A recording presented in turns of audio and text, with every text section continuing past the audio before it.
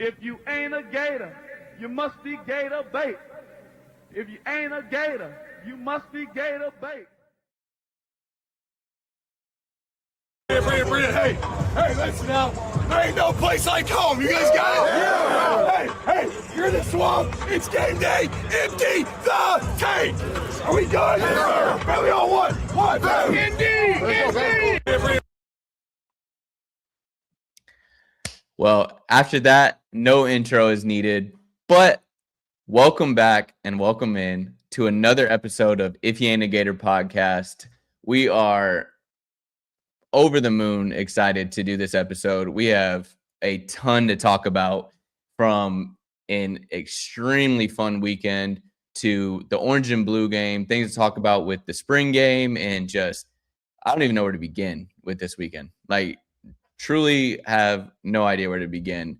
But we'll start off with Kyle. How much sleep did you get last night? I think I got maybe like 10 hours the last 3 days. It's been a hell of a ride. I don't know how, if Sumrall has a voice after all of that and yesterday, I'm impressed because I don't have a voice, and I guarantee you he yelled a lot more than I did. Yeah. So I apologize if you guys, if I go in and out, or you see me sipping on some honey tea, because my kids didn't even recognize me when I came home from Gainesville. Yeah, I don't know how that man even has a voice. I mean, from being at the indoor practice facility and talking the way he did there, and then to being around the team, and then jumping, into the spring game, I know he had to have been hollering out there. I would have loved for him to have been mic'd up, honestly.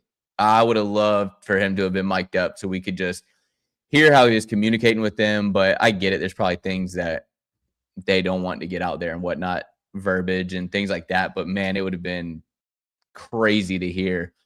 But we'll start it off with just how this weekend went. Kicking it off on Friday, getting to be a part of the high top 40-yard dash, getting to go into the indoor practice facility. I'll let you kick it off. Tell everybody how you felt about it, and then I'll take a swing at it. Yeah, I mean, so we did our first episode right after it, but I think, getting to think about those things the last few days, it was very surreal for me. And also I did not feel the soreness right after the dash, but I definitely feel it today. But yeah, it was just an awesome experience, especially, like, again, just getting to see Coach Danny Werfel, seeing all of them, getting to meet, different coaches, seeing some of the players, getting to see the inside of the facility. The biggest thing that stuck out to me was, you've seen the videos on X and all of that, that the PR team puts out of the facilities, and you really don't realize how much bigger it is. Each of the rooms are in person, like, especially when you walk into that gym. Insane. The gym's just ginormous, and then you take a left, and then there's the indoor practice facility. It was awesome.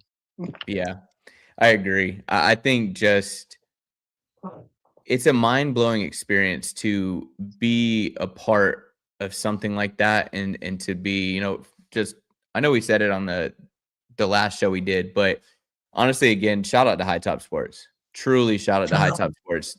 That wouldn't have been possible without them.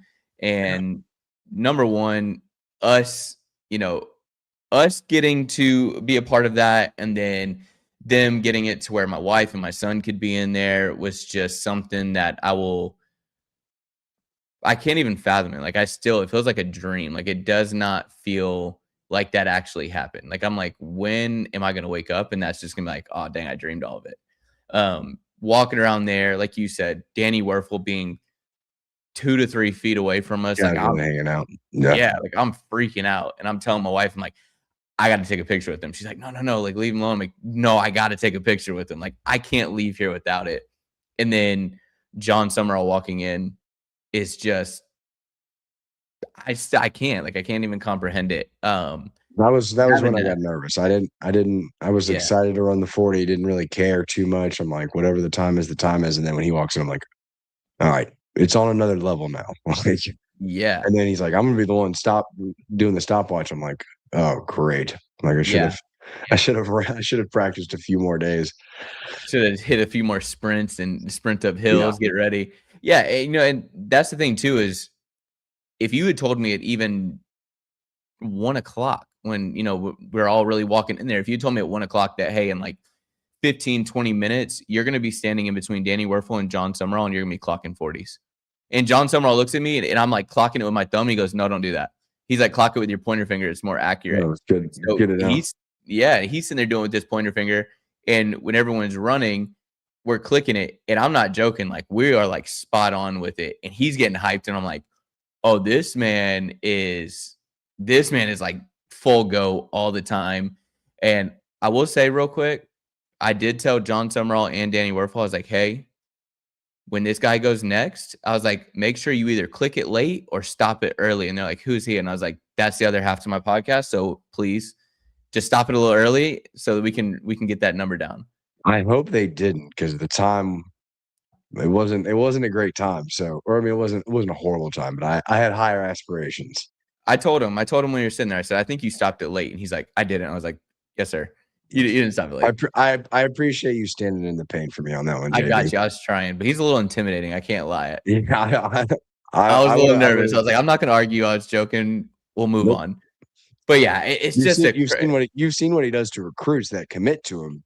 Yeah, you don't. Dude, he was getting excited. You're like, he was like getting worked up every time we'd stop it at the same time. And like we'd turn around and we'd be like 555 or whatever. He'd be like, and he started getting worked up. I'm like, wait, I've seen what you do. I don't want to be a part of that. I'm not those guys. You're gonna destroy me if you hit me. But just going from that, honestly, and like you said, seeing the weight room, and I will say this real quick too. Walking in the weight room when we were walking out, and Rusty Witt standing there, and I walk up to Rusty Witt and I'm like, hey, I'm the guy who took the picture on X with the medicine ball and the treadmill. And he goes, oh, how is it? And I'm like, it sucks. And he steps back like this and he looks down like this and looks at my body. I'm like, don't do that. Don't do that. I don't like that. I'm not Miles Graham. I'm just your average guy. Stand here. Please don't look at me like that. But it's just crazy, man. Like these people we see on YouTube and on the TV and watching their press conferences and just getting to be a part of that again. Like I don't even know if they'll see this, but thank you again to High Top for just even including Shelton, shout out Champ, Cody, Dave, everybody. Like and shout out and the whole High Top community. Everybody. I met so many people that I've either known in the Discords or when I used to watch their videos as just a fan. Getting to put a face to the name with a lot of those people. They've built a great community. So it was an awesome weekend. Yeah, it was. And I mean, shout out to Cody too. That all of that happened because of him, taking one for the team and losing the weight and wanting to run the 40. So shout out to him. And yeah, like Kyle said, meeting everybody, like meeting people who comment in here and people who even comment even after the lives, or people who reach out on X or whatever the case may be. That's amazing to me. Like getting to see you guys in person and just getting to talk to you guys and hang out with you guys. And it's crazy. It's such a crazy experience. And just, yeah. And again, anytime that we're up there, if you see us, please come talk to us, come hang out with us. We enjoy every second of it. But moving forward and kind of to touch on the orange and blue game, as you saw, John Sumrall is who he is, with whether it's them going against our own team or going against another opponent. Honestly, him being like this, I can't wait to see how he is against FAU. I want to hear him in that locker room so bad, but just kind of give me, we'll kind of break it down room by room, but just give me your overall thought process on how you thought the game went and kind of give me a grade of what you saw. So I mean, first and foremost, I think that shout out to Gator Nation. What was the number? 47,000. 47,000 people for a spring game, right? For a game that has weird scoring, it's in the middle of it's 12 o'clock, in April. It was hot. It was very hot, which was weird because Thursday it was beautiful out. This afternoon it was nice, but man, the swamp yesterday. If you were under the shade, you were fine, but I was sitting low because I wanted to see everything, and it was warm. But shout out to the Gator fans. I mean, this is what you have to do when you have that standard that you want to set, regardless of how the team did the year before or how they've done maybe the last 2 or 3 years. Like, you have to support these guys, because not only are you supporting the current team, but you're supporting and showing out and showing love for the recruits that are also there, right? And there was a huge list of recruits, right? Number one D lineman in the country was there, and he even said that the vibe, and the fans were crazy. He said he was walking around Gainesville, everybody's just saying, come to Florida, come to Florida, come to Florida. Like, so shout out to the fans because they made it a good environment. I mean, that's what you want to see. That's why you come to play at Florida, is one of the reasons, is you want to play in the swamp and you want to have, that crowd behind you. So to fill the stadium like they did was awesome. My takeaways from it, though, I had a great time.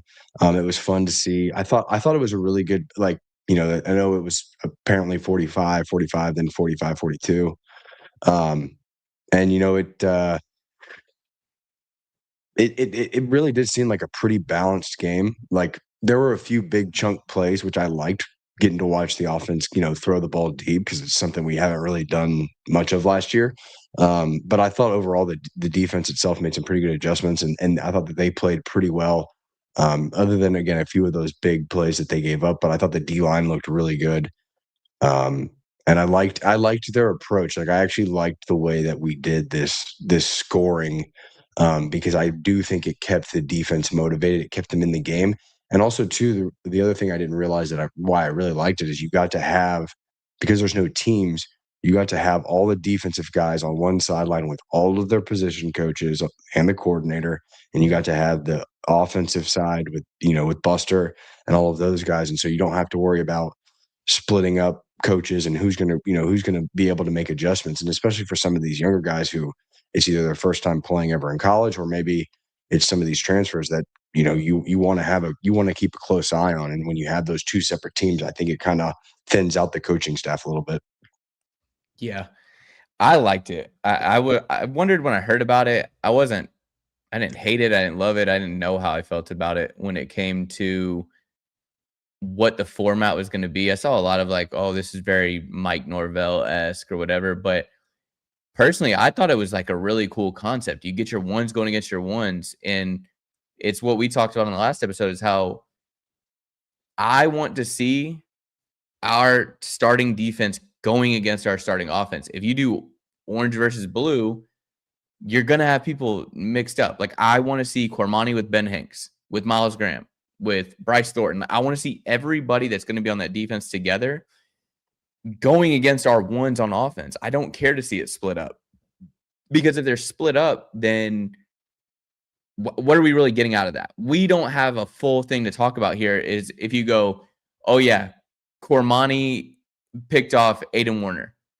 Oh, Ben Hanks picked off Will Griffin. It's like, okay, that doesn't do anything for me. But now when you got, okay, Cormani and Ben Hanks are picking off Aaron Philo, now we have something to talk about. Does it confuse us a little? Maybe, because we're like, is our offense bad or is our defense really good? But I love the idea behind it. Truly love the idea behind it. I thought that it turned out to be. Go ahead. And one thing too, like you were mentioning, it also allows, when you don't know who your starters are, especially like on the line. Yes. Having them all on one team for offense and defense, you can mix and match, and they did a lot of that yesterday. Yeah, a lot. Learn new concepts, and looking at it, you saw, okay, this offensive line looks like Swiss cheese, and then they did something where they made a switch, and I'm like, oh, they're finding a way to protect Trammell. Like, I'm like, something switched, something looks good here. I like what they're doing here with this. So I like the idea of it. I'm not there to, I get it why people are frustrated. Everybody wants to watch a 4-quarter game, and you want to see a score, and you want one side to win. I get it. But I personally, it's a spring game. It doesn't mean anything. Even if they did it that way, it doesn't mean anything with who won. Like, oh, Orange It's team like, won. what was the spring game score in the 06-08 Natties? Exactly. You have no idea. But you know what it No one is? And cares. just to be brutally honest, I know what it is. Twitter wanted Trammell versus Philo. They wanted the two teams to go against each other. And it's like, well, this team won because now you don't get that. Now you can't argue that. I mean, you can, but not in the sense of like, oh, well, Trammell's team beat Philo's team. And I think that's a big thing of what was wanted from it. And you didn't get that. And that's why people are stressed, why people are frustrated. But diving into the game, right? We'll just go ahead and touch on everybody's favorite subject. I'll let you swing away at it first, the quarterback battle. What did you see? What did you think? And I guess if you had to name a starter right now after that, who are you naming? I mean, we talked about it on Friday. Like I said, I want to see the defense make big plays, but I hope it's even, because if it's not, Gator X is going to go nuts. Yeah. And that's what we're having. I mean, I think, clearly, like very clearly, right? Trammell had a better day. He had a clean sheet. When I met him, that's what I told him. I said, "Congrats on the clean sheet." And he's like, "Yes, sir." Philo, he had a couple misses. He had a bad pick. But I mean, I think for the most part, Trammell won the day. I thought Philo didn't play horribly, right? That RPO play, especially with Coleman, I mean, that was just a heck of a play.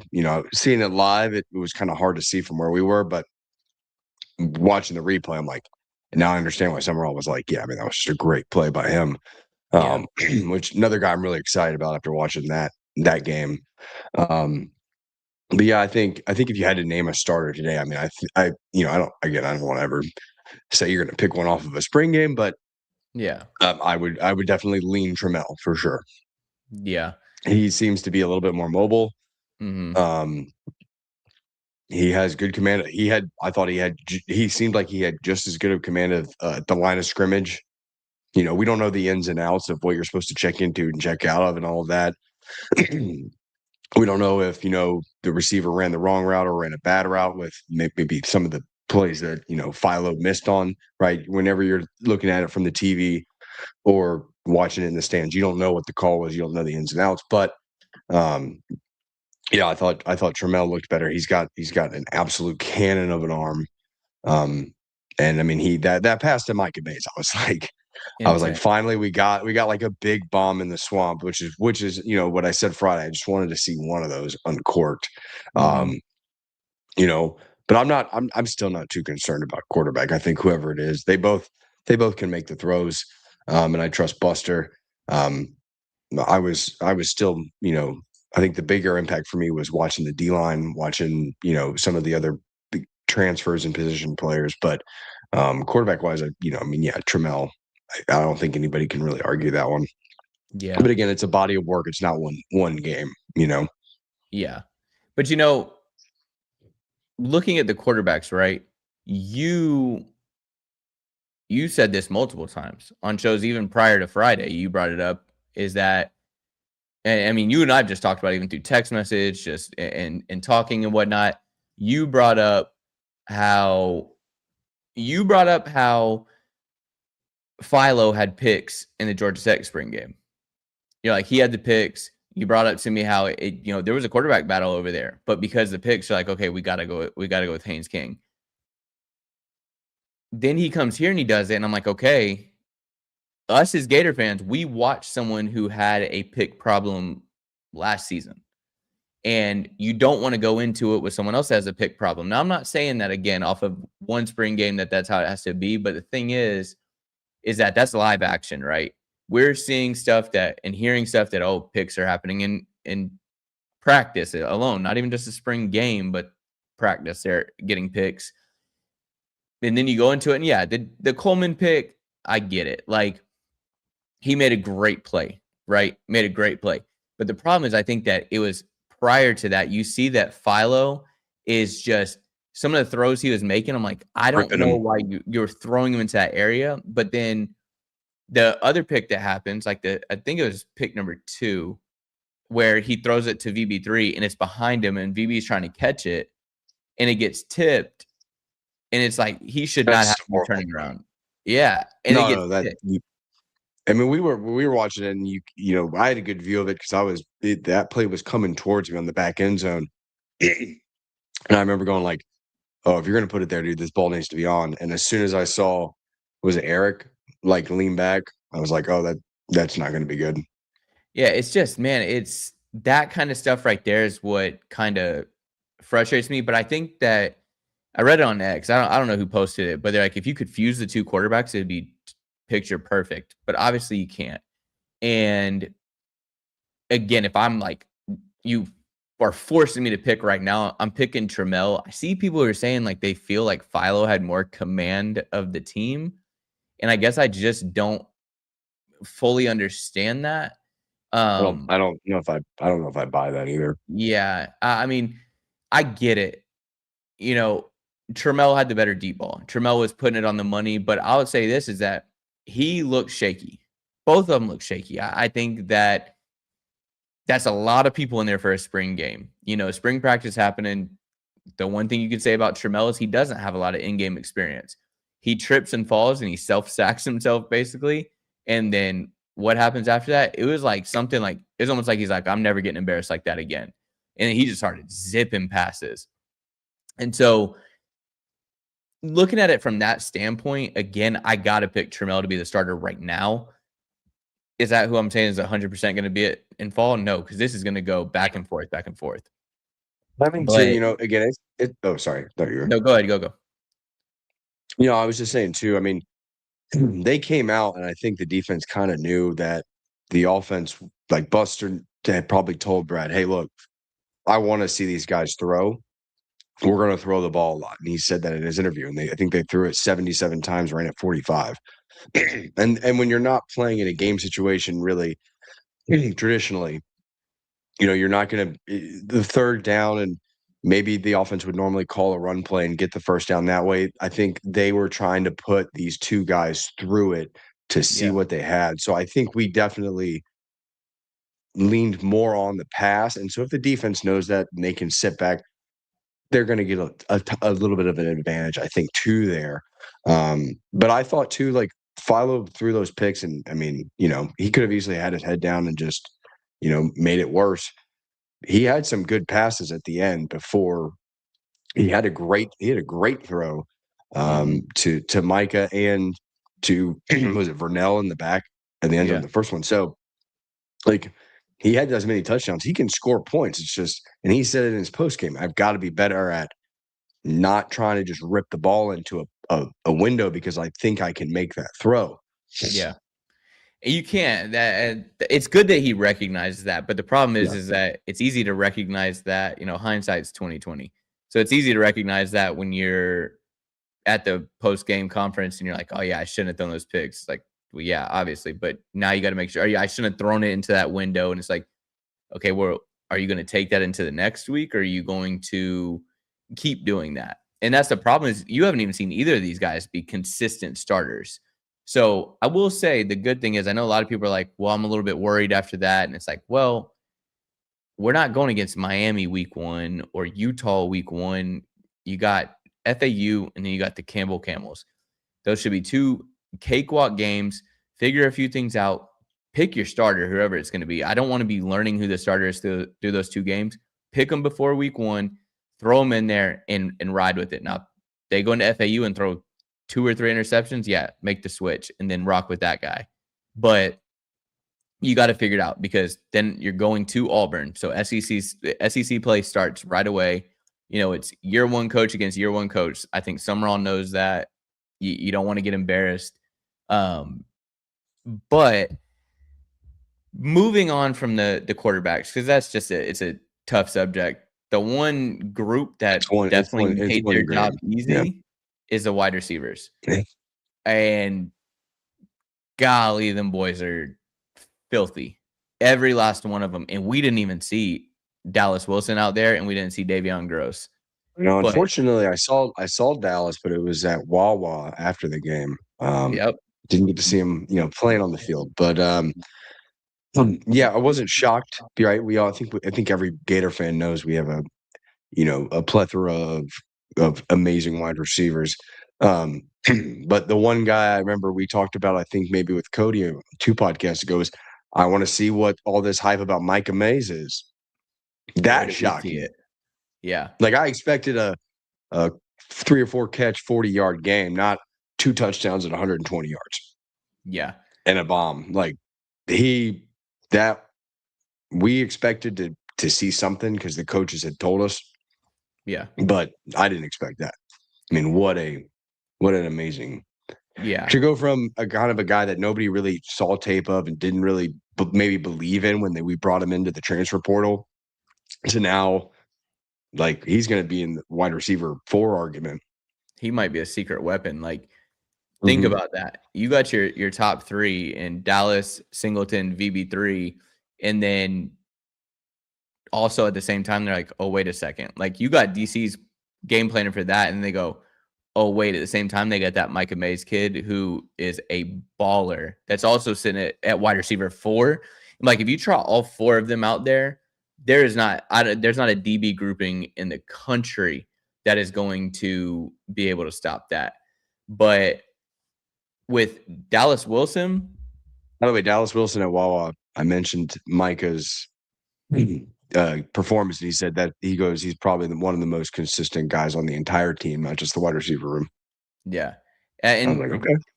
with Dallas Wilson, I see Carlos said starting to get concerned about him. I can tell you one thing. I don't think that foot is bothering him because they did the alma mater and then all of a sudden Won't Back Down started. And this man was bouncing around all over the place like a hyper kid off of sugar and was so hyped for that song to come on. So I'm going to tell you one thing. Number 1, that man is just full of energy. But 2, I can tell that man loves the University of Florida because Won't Back Down came on and this man is just he's bouncing in there with the whole offense, trying to get everybody hyped. And, VB3 was kind of bouncing a little bit, but that man was full go. So any foot speculation, I think he's going to be all right. I asked him how the foot and calf and everything was for my student. He said, I'm not worried about it. I'm going to have 1,000 yards receiving this year. And I was like, okay. He stands on it too. Yeah, the wide receiver room, though, there isn't even much we need to touch on. Those guys are just lights out. Like you said, Micah Mays just was a baller, and he just put, no matter what, I don't care if it's, people can say what they want about our defense, whatever the case may be, that man put the country on notice. Like, that is a wide receiver room right there. And then Bailey Stockton, we didn't see a whole lot out of him, but I can tell you the little bit that I did see, that man is lightning fast. Like, I'm talking about stupid quick. And the moves and cuts he makes, I'm like, oh, that's going to be a 3rd down menace right there. Like, I'm telling you right now, we're going to need 3, 4, 5 yards, and he's probably going to do more than that. But him coming out of the slot, also to throw no shade, it's nice to see a wide receiver wearing number 3 that is probably going to play more than 3 games this season. But, it's just, that man is, I don't know, the wide receiver room's deep, absolutely deep. But yeah, I did throw some shade. Did the in the wide receiver tight end, and we didn't get a lot of tight end. I didn't see a lot of the tight ends, right? But I will say, Amir Jackson looks massive. Unreal. Yeah, dude is he's the most physically imposing of all of them. I thought they all did pretty good things Saturday, but in person, Amir Jackson is ginormous, huge. I will say that I think that I don't know what the plan is for tight ends in this offense. I mean, Buster is just an extremely smart individual. And I also don't think that we even saw but maybe 10% of what this offense can do. Watching just what he did with the receivers, right? It was a lot of screens. And I know any of you who didn't see the game or whatever, you probably cringe right there hearing that, or just kind of PTSD kicks in. The screens were different. They were very different. Billy Napier's screens, it was like you'd throw the screen in receivers didn't know how to block. They had no idea what their assignment was. It was just, okay, I'm the receiver getting the screen, and then the other receivers are just kind of like, well, I guess I'll just kind of try to hit somebody. No, this was organized screens, which so many teams in the NCAA use. So when you see Eric Singleton grabbing it, Vernell Brown grabbing those screens, you got guys like Micah Mays and Bailey Stockton, and then one of the other that's not catching a screen, they're out there blocking, moving downfield, blocking with them, moving the ball efficiently. And I saw that what Buster was doing is he was like, okay, I'm going against Brad White's defense here. You're going to play back off my receivers here a little bit. So, yeah, we're going to call screens. We're going to force you to come up. And then when they came up, he's like, okay, now watch this. Here comes Micah Mays, and you're not going to be able to cover him. And here's Eric Singleton, and you're not going to be able to cover him. And here's Vernell Brown, and you're not going to be able to cover him. So that's the difference in this with the screens, right? When Billy used those screens, he had nothing after it. Those were his plays. Run, screen, 3-yard hitch on a 3rd and 5. So now when you're running screens, those DBs are like, well, we got to play up, because if we don't, they're going to keep picking us apart and getting 4 yards a play. And guess what? You get 4 yards a play, you're moving down the field. And so then, or you get them to step up, and then you hit that Micah Mays. Exactly. I mean, it's insane. This is actually a really good question right here.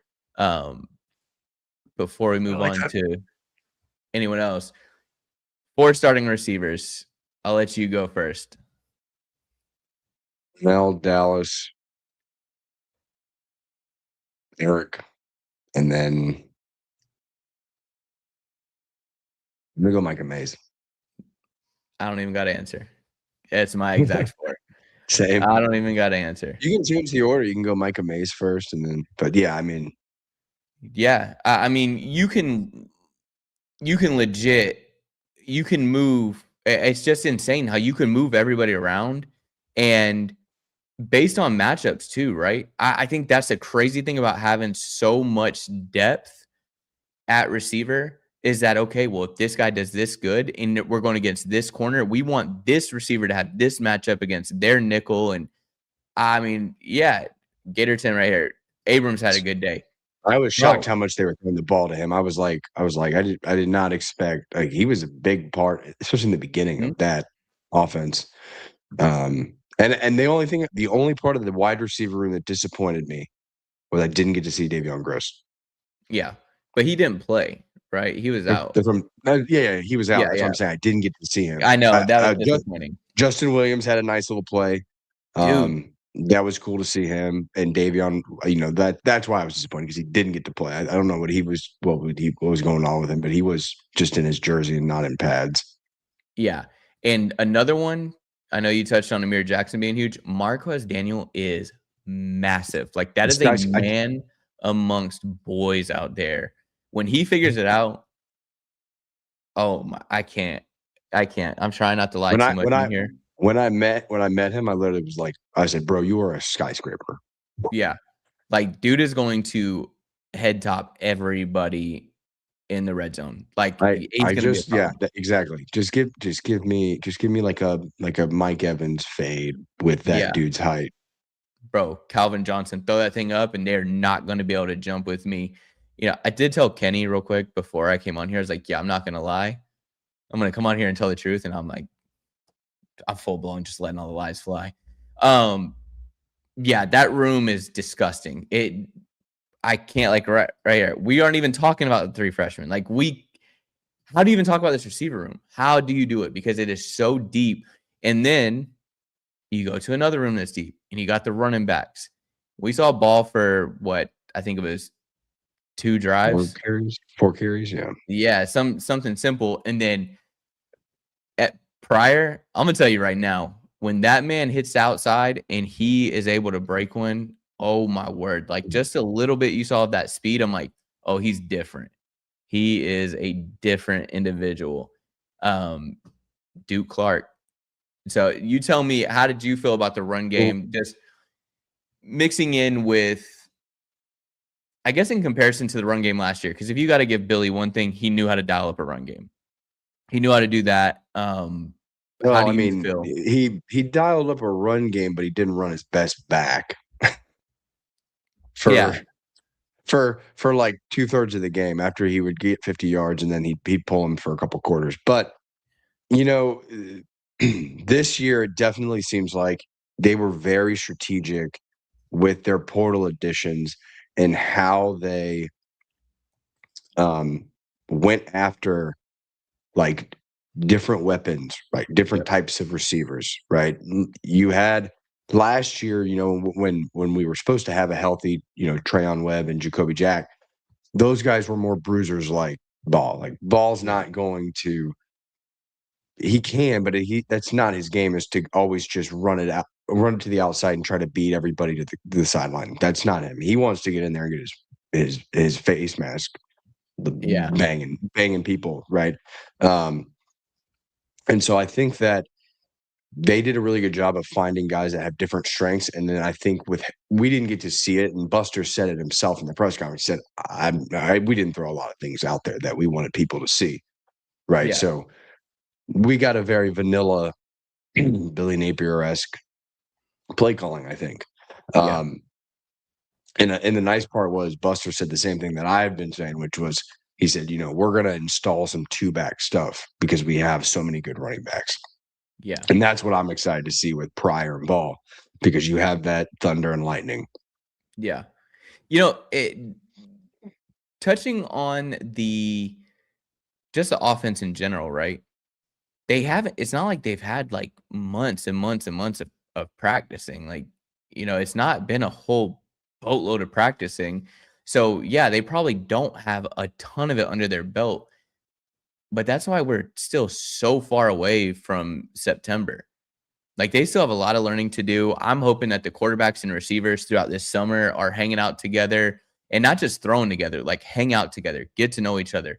Whoever it may be, really, really get to know each other and create that bond because that creates more on the field. But again, I don't think and I don't believe that Buster's going to go out there on a spring game where you knew people were going to stream it, you knew people were going to do all these different things and go, yeah, let me just throw the whole book out there so that the fan base is happy. You know what I mean? And it's just, I just don't see it. I don't see 15 total practices. That's and including the scrimmages. Like How they many don't have a whole penalties lot do of we time. have? What'd you say? How many penalties do we have? One, We two? had 2 or 3. Yeah. Yeah, barely any. Not much. I mean, I don't. Yeah. Yeah. And And I mean, and you got third. They had third and fourth guys out there, and they didn't yeah, get penalties. So yeah. And shout out to our punter on that very first punt. I know he stepped on the goal line, and so it would have been a touchback. But that effort of punting the ball and getting down the field, just showing that effort, I'm like, yeah, I know why that's out there. I know why that's happening because Sumrall has put an effort on special teams. That's what I love personally. But yeah, the offense as a whole. So give me your breakdown of the offensive line because this is where I'm going to start getting a little bit yeah, I judgy. mean, I think we Summerall kind of told us everything we need to know, right? Like, and that's what's awesome about this staff. Before I go into it, they seem to basically just tell us fans and the media the honest truth. Yeah, And he said it right after the game. He said, if they don't have a good summer, if Rusty doesn't turn these guys into, SEC linemen, we don't get all of this figured out, we have no shot. yeah, And I yeah. and I and then we've been talking about it, right? Everybody's been talking about it, going, I think the Mhm. O-line is a problem. And he just flat out said it was. I didn't think that they played horribly. Um, again, they did a lot of passes, right? 75 to 45. And I thought actually they did pretty well in pass pro. Mhm. They did not do anything that impressed me on the run game. No. Like Duke Clark had a good run, and he made moves. Like he earned those yards. Um, I, yeah, I was not impressed with the run blocking. It seems like the interior line is fine, but I think we have a big question at left and right tackle. Yeah.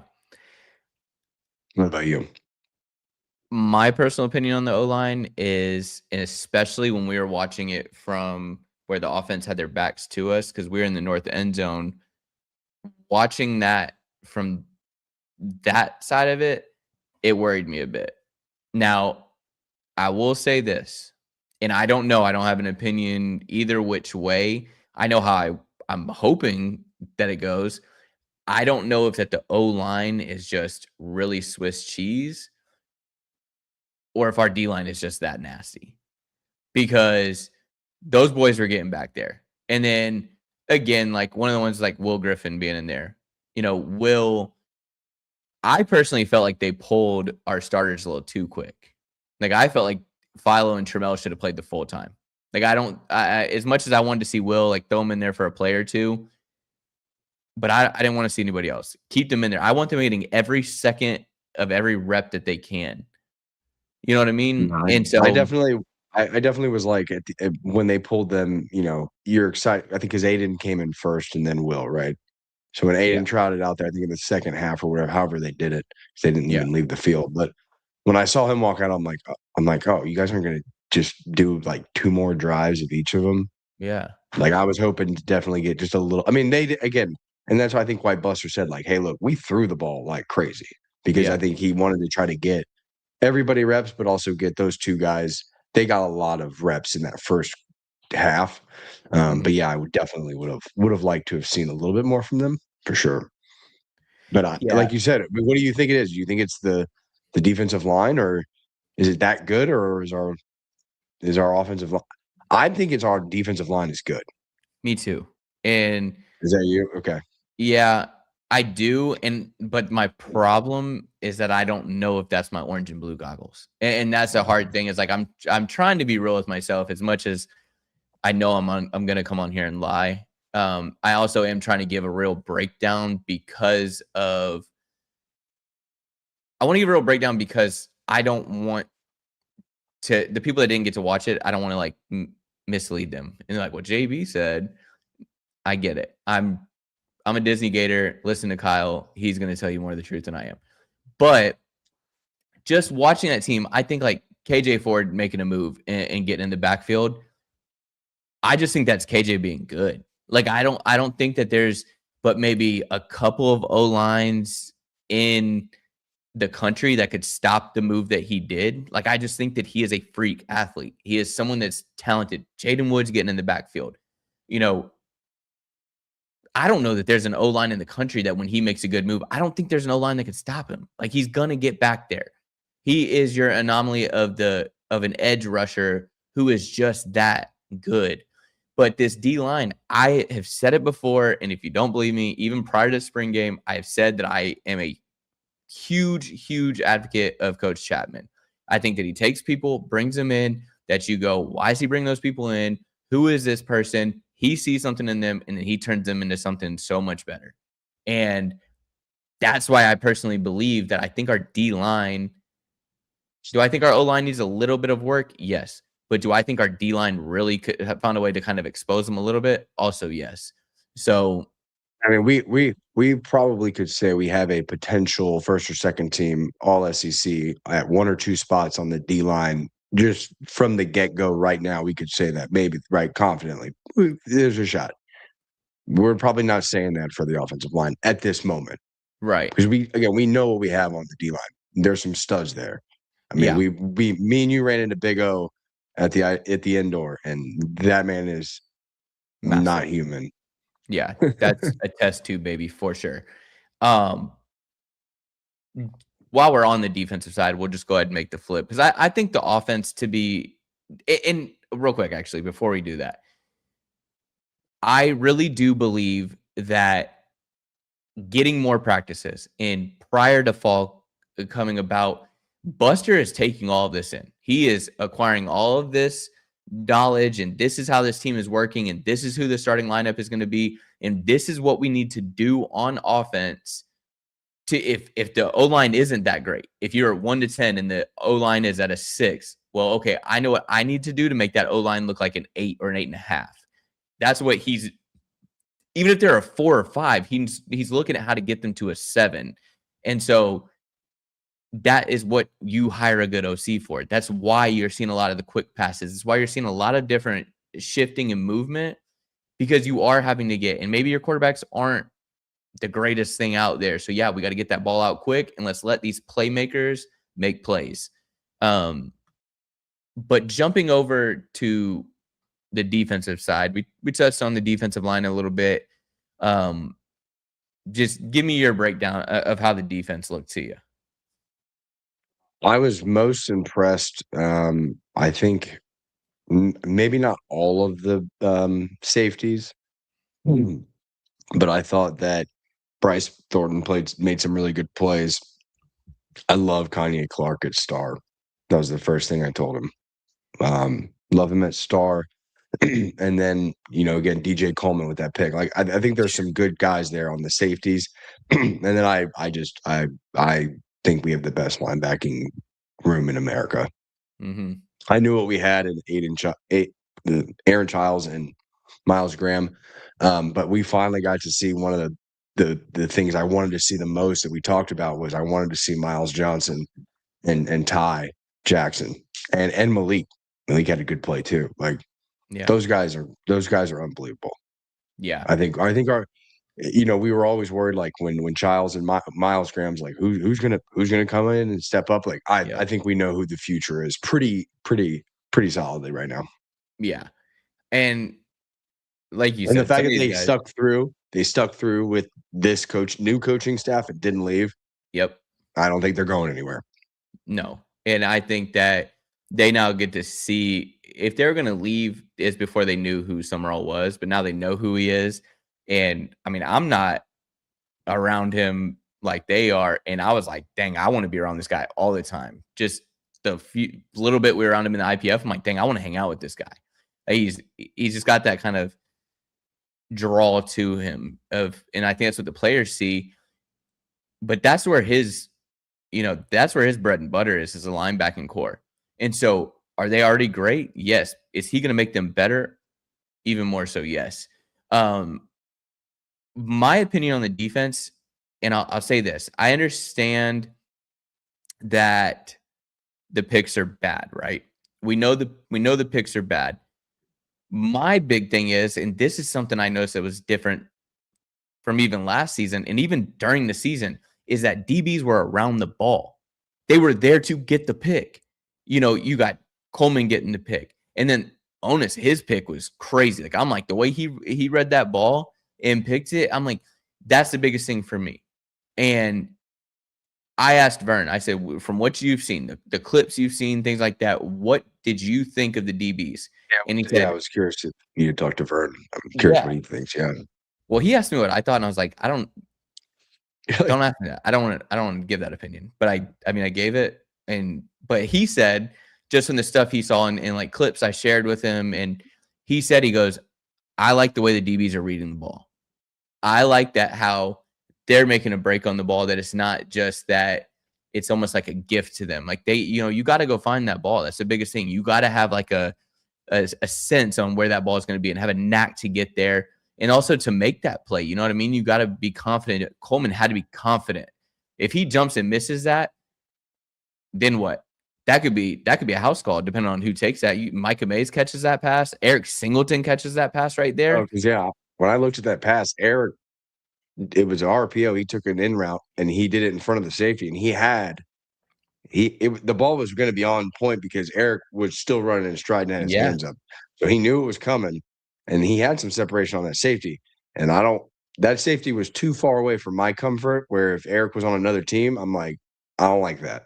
Yeah. So exactly. It would have been a play. And he said it, like, it just instincts took over. Like, that's what you want in a ball hawk. Yeah. You don't think, right, when you've got that skill, you don't think, you just do. Yeah. Yeah. I mean, that's the biggest thing I saw, just a breakdown from it. And then also, and I know this didn't go unnoticed, I saw the clip on all over X and things like that, but I don't know that it's getting the hype that it should get. Cormani breaking down and making that tackle. Cormani last season doesn't do that.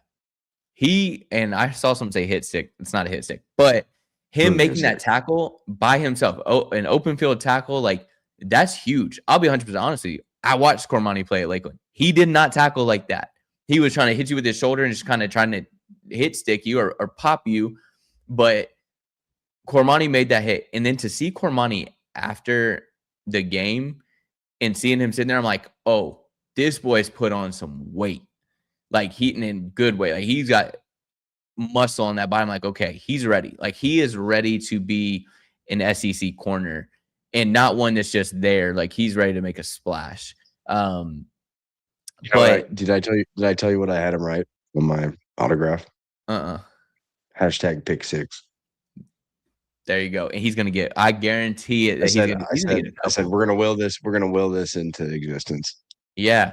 Bro, and he has that ability. Like when he gets it, it's insane. I was on the Athletes Forums podcast. He's in the chat. Real quick shout out. Go subscribe to him. I said it on there. I'm like, this man is a baller. He's got an instinct to him that he can make a play on the ball. I just think that he needed to kind of learn the SEC speed. And not everybody can just snap and figure it out. But once you got it, and once you're practicing every day against a wide receiver room like that, I said it the other day, and I'll say it again, and I'll stand on it. Yeah, this is the best wide receiver core in the SEC. You can argue it for the country, but I will tell you right now, and I'll stand on it and argue with anybody. It's the best in the SEC. Didn't Pate have us top 3? Yeah, yeah. Bro, I don't hate it. There, you're having to guard Eric Singleton, VB. I know that name. Y'all know him. These guys are covering them every day. Yes, they're going to get better, and then when they're going against these other guys, it's not gonna be as tough. Well, and I saw too that people were like, "Oh, our corners got cooked on those deep routes." I'm like, well, one, Brad White had the same. He came to the defense the same way I would have, which is they were playing in a scrimmage with weird rules. It really wasn't like a situational, like a normal game. Yeah. And so you really can't key in on what they're trying to do because the normal rules are kind of already off the table. Yeah. So, and again, you're going to give up big plays. Like there are very few lockdown corners that never give up anything, and the quarterbacks never throw to their side of the field. They're going to give up some of those, but I thought that they did a pretty good job overall. And again, if they get burned by a top 2 or 3 receiving room in the country, like, yeah, you're going to give up deep balls to Micah Mays or Vernell Brown or Eric Singleton, because those guys are probably going to be in the NFL one day. Exactly. And people say, oh, they're getting toasted. I especially see these FSU fans talking about, I'm like, there ain't nothing you can talk about. Your team's out there with water guns and like rubber duckies. And did you see the CTE drill they're trying to do? Oh yeah, the running back getting hit by the linebacker. Yes, I did. Yeah. Hey, that's great. I don't want to hear anybody talk about these guys doing it. Anyone getting toasted by this? I'm like, every cornerback room in the country is going to get toasted by these guys. I'm telling you right now, if Trammell is throwing that ball deep and these guys are running down the field, you're going to get torched by them. I don't want to hear it. These guys played as well as they could play. And again, there is a difference when you're playing in a scrimmage game that they're having fun and they're doing these little different things out there compared to, oh, we're playing against Oklahoma this week. Oh, yeah, I'm turning up for that. It's in the swamp, and we don't like these guys. Yes, this is hands down. People are just silly. They're looking for something to nitpick about because they have PTSD from last year and the year prior. Real quick. What up, boys? Love and appreciate y'all. Thanks for my cap and great meeting y'all. I appreciate that, Dubster. Just so you know, real quick, I got the sweet tarts right here. It's open. My son ate it and my wife ate them, but I do got the box. I'm lazy and I have not unpacked yet fully, so my sweet tarts are in the box. Yeah, thank you for the sweet tarts. I got them. I got dubbed, and we got our picture. Dubster, send it to me on X, by the way. But you touched on him just a few ago, Bryce Thornton. I can't fully say it just yet, but I think I'm going to be okay with him rocking the 1 jersey. I do think that he seems to be. You were on the fence, and I said I just trust Sumrall, Yeah.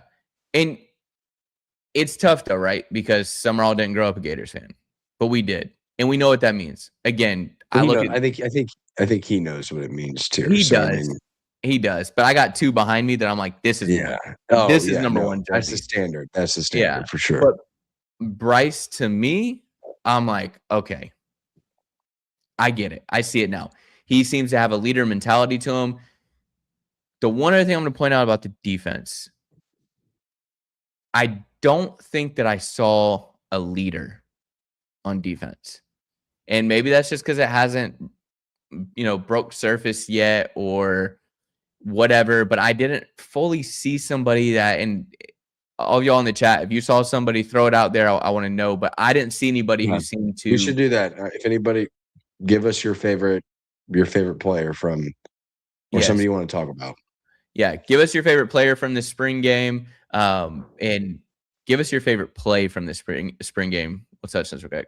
Gator Jeremy, you guys are great human beings. So glad we got a chance to hang out. No, Gator Jeremy, you are a great human being. You are hands down a great human being. Shout out to what you did for Pluto. That's a huge thing. Shout out for that, and shout out for the. I might need Jeremy to go like shopping for me for kicks. Yeah, those kicks are nice with the rope laces. I was like, oh, those are tough. Those are tough. Between Gator Jeremy's shoes and then Kenny's style, I gotta just steal both of them and I'll be good to go. Okay, we got Miles Graham in here twice. Micah Mays either touchdown. Let's see, let's pull him up.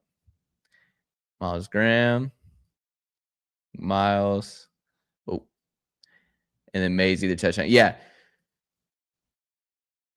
You tell me. I want to know before we'll touch on players. We've already went quite a bit of time. I know that you're over here dying. We're good now. I've clearly got through it. Thankfully. Give me a grade. Give me a grade from the spring game of just overall when it comes to what you saw from Buster Faulkner's offense, what you saw from Brad White's defense, and then just what you saw as a John Sumrall-led team. I want all of that to add into just one grade for you. I'm giving it an A-. Okay. And really the only marks I think are offensive line and then again we didn't really, and again it's part of the offensive line problem, but we didn't see a lot of big runs. I was hoping to see somebody break one. As excited as I was for Micah Mays, I would have loved to see Evan Pryor like wheel route or just a toss sweep and just run that thing. But again, I don't know if Buster wants to give up all of his little run schemes that he's going to be cooking up. But yeah, A-. Okay. I give it an A+. No, I'm just kidding. I'm not that bad. I'm going to give it a B-. And the reason being is because I talked about it. You're going lower than me? Yeah, I know. Shocking, right? That's why I knew I should go first. I was like, he's not going to believe me when I go lower than him. But as soon as you said, I was like, oh, dang it. If you had gone first and said B-, I was like, oh crap, I have to go like C+. Yeah. Like I give it a D. I can't be better than you on that grade. Yeah, no, the B- for me, and the reason is because I think there is some worry. There is definitely some worry when it comes to the O-line. It worried me a little bit. The quarterbacks as a whole, I think I'll be honest, I don't trust either of them right now fully. Like I'm not looking at it as I hands down trust that guy. Wide receivers, I won't even talk about them. They're outstanding. But that was A+. So there's nothing the wide receivers didn't do that they needed to do. The defense, I feel like we were kind of like bamboozled, right? In the beginning, we're like I think I texted you and I'm like, bro, is our defense good? And I'm like, oh wait, or is our offense bad? And I was like, oh wait. Okay, never mind. It switched. I just feel like I left there. I didn't expect to leave there just over the moon. Like, I'm going to say we're winning the national championship anyways, but I didn't expect to go there just like ready to go throw $1,000 down on us to win the Natty. Right. But when I left there, But I was again, like, it's like we talked in the show. It's the impossible conundrum because again, if somebody makes a good play, that means somebody made a bad play. yeah, 100%. I think that's for me why I give it a B minus. But also in the same sense of giving it a B minus, I could also very quickly see it being in the A's very easily. And why I'm going to shout out Kenny. The reason I liked A minus as well is I loved the tempo. Yeah, That's going to be a problem in the swamp when it's hot as hell yeah, and Oklahoma, someone comes in who's not used to this humidity yeah, and Buster starts running stuff sideline to sideline and tempo, go, go, go, go, go. Good luck. yeah. Real quick, we'll read it. I'm paying my own fine for not getting a pick with y'all, but was enjoying being in the moment and talking with y'all. Gator Tim, it's perfectly fine. I should just pay it back because I also didn't get a picture with you. That's on me. It was very caught up in the moment. It really was. You're right. Just the whole day was just awesome. Getting to meet people, and people were in the comments and they're coming up and saying like, "Oh, I'm so and so." Like it's just such a blast. Shout So out awesome. Christine, Tim. It was Yeah, nice to meet a lot of people. Christine, listen, all of you guys, I keep saying it, but legit, like all of y'all are the nicest people in the world. Like, I'm like, am I nice? Am I a good person? Because you guys are extremely nice. But Of course, they're nice. They listen to us for an hour, like once or twice a week. yeah, exactly. They're like, we put up with them. We put up with them. Preston, it was great getting to meet you guys this weekend. Listen, Preston also. I'm not even going to touch on Preston. If you've met Preston and you've seen, number one, the pictures he takes, but then just who he is as a person, trust me, you won't regret it. It's Can you pull insane. them up, or do I need to pull? What's that? Can you pull them up? Oh yeah, pull up his pictures. I want y'all to see these pictures. I need y'all to see these pictures before we get off here. Number one, these pictures are so good that Aaron Childs shared it onto his story. Can you do it? I don't have Instagram on my own. Yeah, let me pull it up real quick. While I'm pulling this up, though, if you had to pick just from the spring game and then going into this season, if you had to pick who you think would be the MVP of our team this season, who are you taking?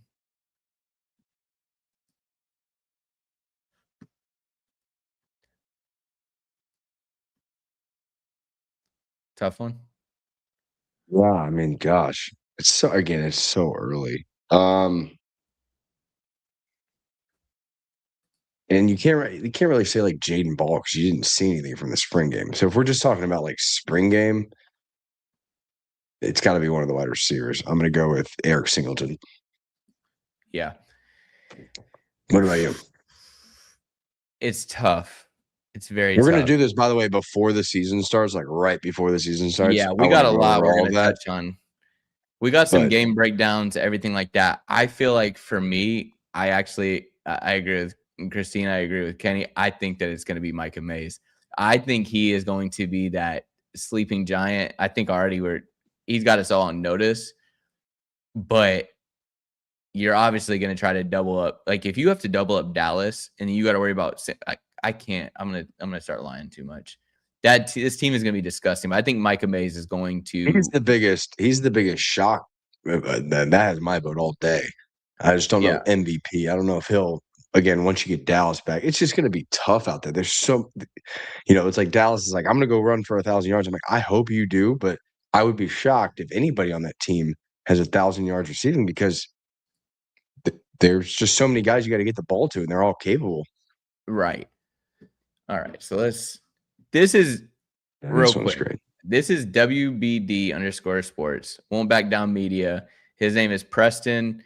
He is at all of the Gator games, like not just football. He's at basketball and baseball and softball. Like this man is a workhorse, and I just want to put a spotlight on him real quick. This picture right here, I don't know if you guys can see my mouse moving, but Aaron Childs shared to his Instagram story. Just the shots that he gets is insane. Yeah, I can't praise it enough. We'll pull up this one too with this stud right here of a head coach, this Don. But yeah, I just had to show that off for a little bit. Yeah, so just overall with this team, I will say, like I said, even given a B minus, I feel stoked for this season. I feel stoked. Listen, Shelton, we gave you a shout out earlier, but again, I'm all over the place right now because I'm scatterbrained. This has been a heck of a weekend, and it's all thanks to you, bro. Truly. Thank you again. I know I texted you, but I'll probably thank you 150 more times.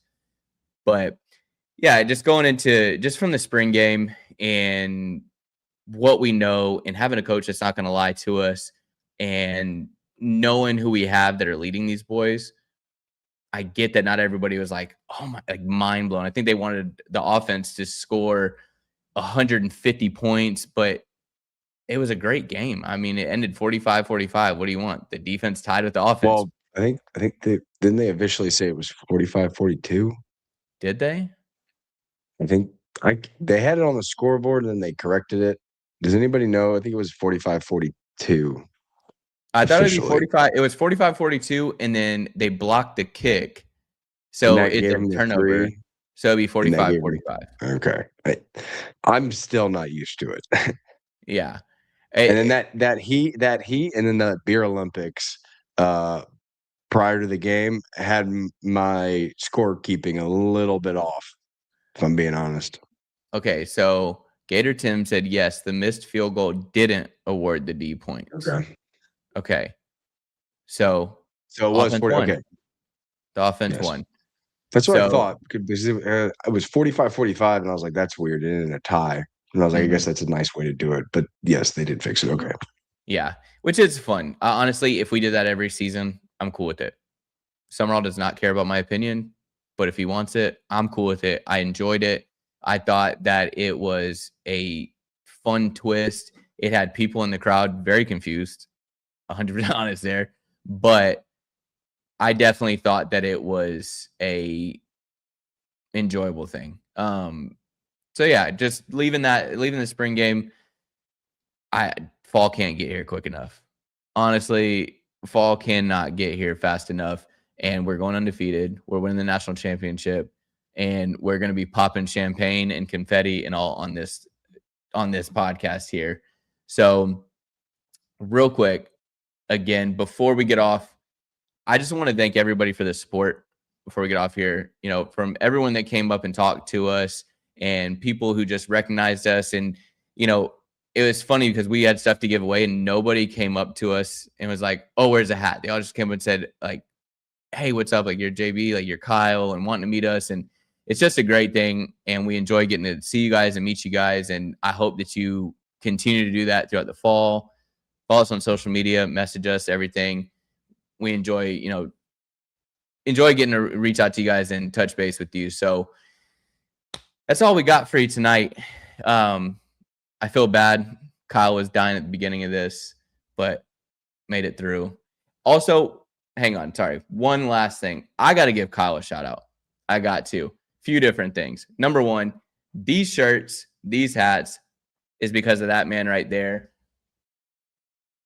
The hat is in my room. This man got me a LaFarve hat at the dang game. He took me and my family to Spurrier's, and then he got us on the field. I mean, while I'm saying everybody else is great people, this is a great man too. So shout out to Kyle. He does the Lord's work for us, and you know, great things. And then also the donation to High Top, man. Shout out to you. You guys were great. It was nice to meet your wife and your son. You got a great family. I love you. And I love this podcast, and I owe you everything. You let me hop on it. I slid in your DMs, and you replied. I did. You did slide in my DMs. See, now my wife has to get jealous. That one. Yeah, my wife has to get jealous. It's okay though. She knows it. She knows her place. You know, it's okay. But yeah, guys, we appreciate you guys. While you're here, smash the like button, subscribe, share this out for us. After this weekend, I got even more energy to make more content. So we love you guys. We thank you for everything. And as always, if you ain't a Gator, Y'all know the rest. Go Gators.